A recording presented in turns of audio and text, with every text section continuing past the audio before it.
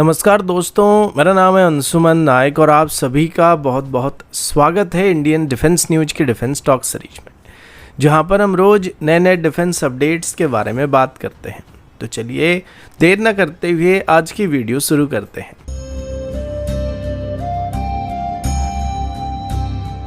आज की पहली अपडेट एमका की इंजन प्रोग्राम की तरफ से है।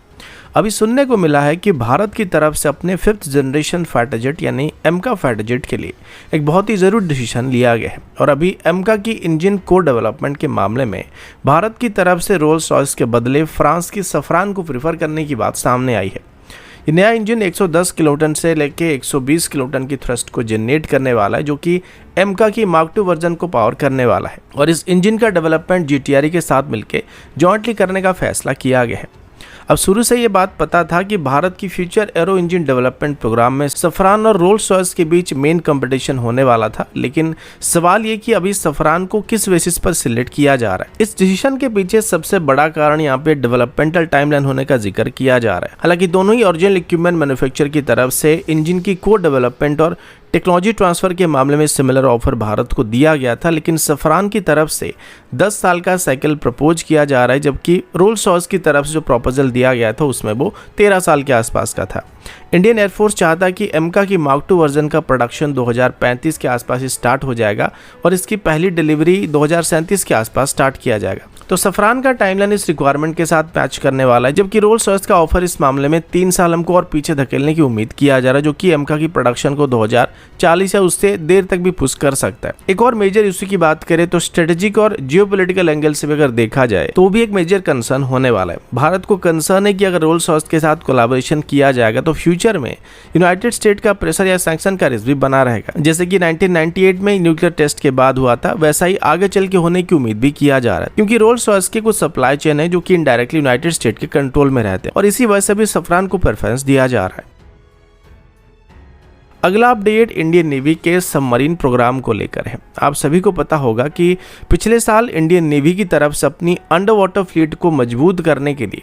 एडिशनल 3 स्कॉर्पियन क्लास की सबमरीन को एक्वायर करने का फैसला किया गया था, जो कि वर्तमान की कलवरी क्लास के सबमरीन का फर्दर अपडेटेड वेरिएंट्स होने वाले थे। अभी पता चला है कि अगले 3 स्कॉर्पियन क्लास की सबमरीन को जो मैजगांव डॉक लिमिटेड से बिल्डर की तरफ से बनाए जाने वाले हैं, उनका डिजाइन ब्राजीलियन वेरिएंट के ऊपर बेस करके होने वाला है, जिसमें एक रिलेटिवली लंबा हल, ज्यादा डिस्प्लेसमेंट और एडवांस इंडिजिनस सिस्टम का इंटीग्रेशन किया जाने वाला है। हालांकि हमारे कलवरी क्लास के सबमरीन और ब्राजील की रियाचुले क्लास के सबमरीन दोनों ही स्कॉर्पियन डिजाइन पर बेस्ड है, लेकिन ब्राजील का वर्जन जो है वो इंडियन वेरिएंट के मुकाबले थोड़ा ज्यादा लंबा है। इसका लेंथ अप्रोक्सीमेटली 70.6 मीटर के आसपास है और ये लगभग 1900 टन के आसपास डिस्प्लेसमेंट को कैरी करता है। जबकि हमारी एग्जिस्टिंग स्कॉर्पियन क्लास की सबमरीन की बात करें तो या कलवरी क्लास की सबमरीन की बात करें तो इनका लेंथ अप्रोक्सीमेटली 61.7 मीटर के आसपास है और ये 1565 टन के आसपास डिस्प्लेसमेंट को कैरी करते हैं। ये मेजर डिफरेंस इस वजह से है क्योंकि इंडियन नेवी की कलवरी क्लास की सबमरीन में इंटीग्रेटेड एआईपी सिस्टम मौजूद नहीं है और ब्राजीलियन वेरिएंट में पहले से ही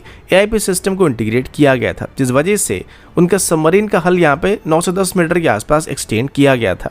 जहां पर एआईपी मॉडल को बाद में इंटीग्रेट किया जा सकता है। तो अभी भारत की तरफ जिन एडिशनल 3 कलवरी क्लास के सबमरीन को खरीदने का प्लान किया जा रही है, ये ब्राजीलियन नेवी के स्टैंडर्ड के वेसल्स होने वाला है, जिसमें पहले से डीआरडीओ की तरफ से डेवलप किए गए एआईपी सिस्टम को इंटीग्रेट किया जाने वाला है। इसके अलावा पहली बार इन सबमरीन में completely Indian origin combat management system को भी इंस्टॉल किया जाने वाला है, जो कि पहले फ्रेंच ओरिजिन सिस्टम हुआ करता था। इसका मतलब ये कि अब सॉफ्टवेयर आर्किटेक्चर, सिस्टम अपग्रेड्स और साइबर डिफेंस प्रोटोकॉल में अपना फुल कंट्रोल होने वाला है। अब लंबे हल सेक्शन की वजह से इसका इंटरनल वॉल्यूम भी थोड़ा इंक्रीज होने वाला है, जिसकी वजह से सेंसर, वेपन्स और क्रू कंफर्ट भी थोड़ा इंप्रूव होने की उम्मीद आप कर सकते हैं और ये सबमरीन ज्यादा कैपेबल, ज्यादा स्टेल्थी और ज्यादा इंडियन सेंट्रिक होने की उम्मीद किया जा रहा है। अगला अपडेट भारत के next generation battle tank program की तरफ से है।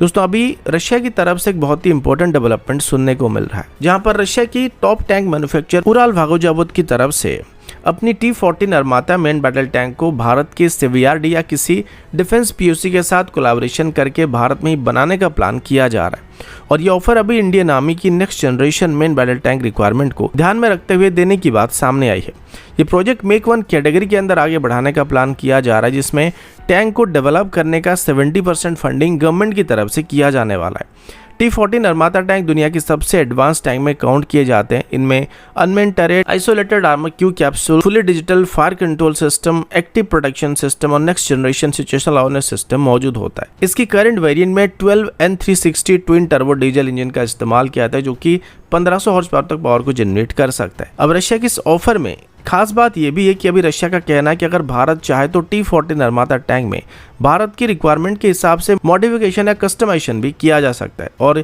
यहां तक कि अगर भारत चाहे तो 12N360 twin turbo diesel engine के बदले अपनी DRDO की तरफ से डेवलप किए गए डाल्टन सीरीज के इंजन का भी इस्तेमाल कर सकता है। उराल भागोजाबोद पहले से भारत के साथ काम कर चुका है और T-72 और T-90 जैसे टैंक्स को पहले ही TOD के साथ भारत में बनाया जा चुका है, जिसमें T-90 टैंक्स में अभी 83% के आसपास इंडियन सिस्टम का इस्तेमाल किया जा रहा है और इसकी इंजन को भी लगभग पूरी तरीके से इंडियनाइज किया जा चुका है। तो अभी अरमाता टैंक के साथ भी भारत को सेम तरीके का ऑफर अभी रशिया की तरफ से देने का प्लान किया जा रहा है। अभी तक इंडियन आर्मी की तरफ से अपने next generation main battle tank program के अंदर किसी भी टैंक को स्पेशली सिलेक्ट नहीं किया गया, लेकिन अगर T-14 टैंक को कस्टमाइज करने का ऑप्शन, इंडियन इंजन और इंडिजिनस कंपोनेंट को इंटीग्रेट करने का ऑफर भी मिलता है, तो ये प्लेटफॉर्म भारत के future main battle tank program के लिए एक स्ट्रॉन्ग कंटेंडर बनने वाला है।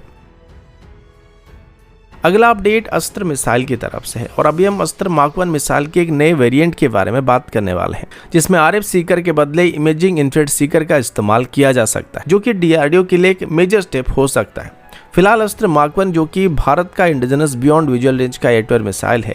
इंडियन एयरफोर्स की Su-30 MKI और तेजस मार्क 1 जैसे प्लेटफॉर्म में डिप्लॉय किया जा चुका है। इसकी रेंज अप्रॉक्सीमेटली 110 किलोमीटर के आसपास और ये फिलहाल एक रडार गाइडेड मिसाइल होता है, जो कि एक्टिव रडार गाइडेंस सिस्टम पे काम करता है। लेकिन अभी एक्सपर्ट्स का कहना है कि अस्त्र मिसाइल की एक इमेजिंग इंफ्रारेड सीकर वाले वेरिएंट को भी डेवलप करने पर काम करना चाहिए, जो कि इंडियन एयरफोर्स के मीडियम रेंज VVR ऑपरेशन और शॉर्ट रेंज की विद इन विजुअल ऑपरेशन के लिए इस्तेमाल किया जा सके। फिलहाल अभी हमारे पास इस सेगमेंट के अंदर कोई भी इंडिजिनस मिसाइल मौजूद नहीं है और अभी हम विद इन विजुअल रेंज की मिसाइल के तौर पर ज्यादातर R-73, पाइथन 5, माइका IR और SRAM जैसे मिसाइल का इस्तेमाल कर रहे हैं, जो कि सभी के सभी इंपोर्टेड सिस्टम है। हालांकि अभी SRAM को भी भारत में बनाया जाने वाला है, लेकिन फिर भी ये एक इंपोर्टेड सिस्टम ही होने वाली, जिस वजह से इनका कॉस्ट थोड़ा ज़्यादा पड़ता है। इसी वजह से अभी एक indigenous with in visual range वाले मिसाइल को डेवलप करने का सजेशन दिया जा रहा है। अब आज की मॉडर्न एयर कॉम्बैट एनवायरनमेंट में स्टेल्थ जेट जैसे कि चाइना के J-20 और पाकिस्तान के फ्यूचर J-35 जैसे एयरक्राफ्ट स्टेल्थ होने के साथ साथ इलेक्ट्रॉनिक वॉरफेयर सिस्टम का भी इस्तेमाल करते हैं, जो कि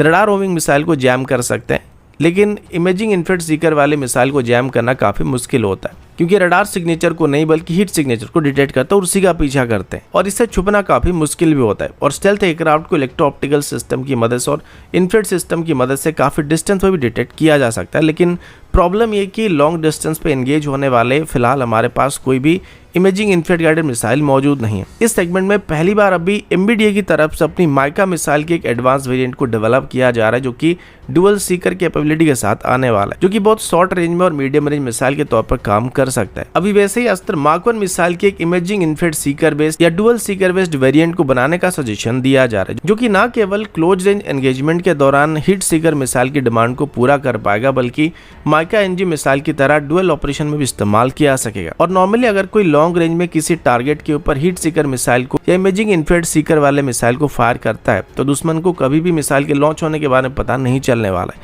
और इस वजह से इसकी हिट प्रोबेबिलिटी काफी ज्यादा होता है। अभी अगर प्राइस की बात करें तो इंपोर्टेड SRAM मिसाइल या माइका NG मिसाइल की कॉस्ट अप्रोक्सीमेटली 7 से 12 करोड़ के बीच पड़ सकता है, जबकि अस्त्र मार्क 1 का कॉस्ट 2 से 3 करोड़ के आसपास लिमिटेड होता है। तो आप उम्मीद कर सकते हैं अगर हम एक इंडिजिनस हीट सीकर मिसाइल को डेवलप कर लेते हैं तो ये बजट के मामले में हमको कितना सस्ता पड़ने वाला है, और इस सेक्शन में भी हम आत्मनिर्भर बनने वाले हैं। अगला अपडेट इंडियन एयरफोर्स के मिड ईयर रिफिलिंग प्रोग्राम की तरफ से है। अभी सुनने को मिला कि इंडियन एयरफोर्स की तरफ से जल्द ही 6 नए मिड ईयर रिफिल एयरक्राफ्ट के लिए टेक्नो कमर्शियल बिड को ओपन करने का फैसला किया गया। ये स्टेप इंडियन एयरफोर्स की एग्जिस्टिंग एरियल टैंकर शॉर्टेज को दूर करने के लिए काफी क्रूशियल होने की उम्मीद किया जा रहा है। इंडियन एयरफोर्स के पास फिलहाल सिर्फ 6 ल्यूशन IL-78 टैंकर मौजूद है, जो कि ईयरली 2000 के आसपास खरीदे गए थे, लेकिन इनका मेंटेनेंस एक सीरियस इशू बन चुका है, क्योंकि इनकी स्पेयर पार्ट की शॉर्टेज की वजह से इनका डाउन टाइम काफ़ी ज़्यादा होता है और ये एयरक्राफ्ट की ऑपरेशनल रेडीनेस पर डायरेक्ट इम्पैक्ट भी डालते हैं।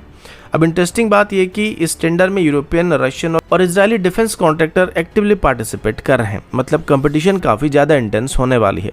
इस टेंडर में अभी बोइंग की तरफ से अपनी KC-46, एयरबस की तरफ से अपनी A330 MRTT, रशिया की तरफ से IL-78 का अपडेटेड वेरिएंट और इजराइल की B767 कन्वर्सन प्लेटफॉर्म, सभी के बीच अब एक ग्लोबल रेस शुरू हो चुका है। इंडियन एयरफोर्स के लिए टैंकर स्ट्रेटेजिक रोल में या स्ट्रेटेजिक लेवल में एक बहुत ही इंपॉर्टेंट रोल को प्ले करने वाले हैं, specially long range strike mission, combat petrol और हमारी फाइटर फ्लीट की एंड्योरेंस इंक्रीज करने में इनका रोल काफ़ी ज़्यादा होने वाला है। ऐसे टैंकर तेजस, मार्क 1, रफाल और Su-30 MKI जैसे एयरक्राफ्ट की एयरबॉर्न टाइम को 2 गुना तक इंक्रीज कर सकते हैं, जिससे ये बेस पर वापस आए बिना ही हवा में लंबे समय तक ऑपरेट कर सकते हैं। साथ ही अब एक नया रिफॉर्म भी यहाँ पे करने का प्लान किया जा रहा है, जिसमें डिफेंस मिनिस्ट्री की तरफ से अभी एक हाई लेवल कमेटी को सेटअप किया जा रहा है, जो कि इन प्रोक्योरमेंट साइकिल को फास्ट ट्रैक करने पर काम करने वाली। उनका एम है कि जो प्रोसेस पहले 7 से 8 साल लग जाता था, उसे अब 2 साल के अंदर ही कंप्लीट किया जाएगा। इससे इंडियन एयरफोर्स को फ्यूचर रिफिलिंग एयरक्राफ्ट को जल्दी और एफिशिएंट तरीके से मिलने की उम्मीद किया जा रहा है। तो दोस्तों, अभी के लिए इतना ही। मिलता हूँ आपसे अगले वीडियो में, तब तक के लिए जय हिंद, वंदे मातरम।